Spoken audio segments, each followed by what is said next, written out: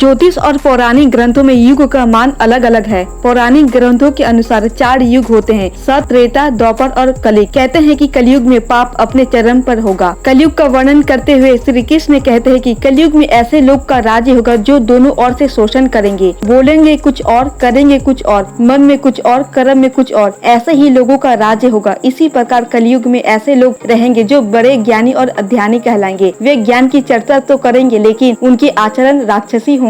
बड़े पंडित और विद्वान कहलाएंगे, किंतु ये यही देखते रहेंगे कि कौन सा मनुष्य मरे और हमारे नाम से संपत्ति या पद कर जाए। श्री कृष्ण कहते हैं कलयुग में ऐसे भी स्त्रियां होगी जो अपने केसों पर ही रूपवती होने का गर्व करेगी। कलयुग में थोड़े से धन से मनुष्य में बड़ा घमंड होगा। कलयुग में स्त्रियां धनहीन पति को त्याग देगी। उस समय धनवान पुरुष ही स्त्रियों का स्वामी होगा। जो अधिक देगा उसे ही मनुष्य अपना स्वामी मानेंगे। उस समय लोग प्रभुता के ही कारण संबंध रखेंगे और न ही वेदों का पालन कोई करेगा। कलयुग में विवाह को धर्म नहीं माना जाएगा। शिष्य गुरु के अधीन नहीं रहेंगे। पुत्र भी अपने धर्म का पालन नहीं करेंगे। कोई किसी कुल में पैदा ही क्यों ना हुआ हो, जो बलवान होगा वही कलयुग में सबका स्वामी होगा। सभी वर्णों के लोग कन्या बेचकर निर्वाह करेंगे। और श्री कृष्ण कलयुग के अंत के बारे में बताते हुए ये भी कहते हैं कि कलयुग के अंत के समय बड़े बड़े भयंकर युद्ध होंगे। भारी वर्षा, प्रचंड आंधी और जोरों की गर्मी पड़ेगी। लोग खेती काट लेंगे, कपड़े चुरा लेंगे और कलयुग में मनुष्य की आयु अधिक से अधिक 30 वर्ष की होगी। मनुष्य की औसत आयु 20 वर्ष ही रह जाएगी। 5 वर्ष की उम्र में स्त्री गर्भवती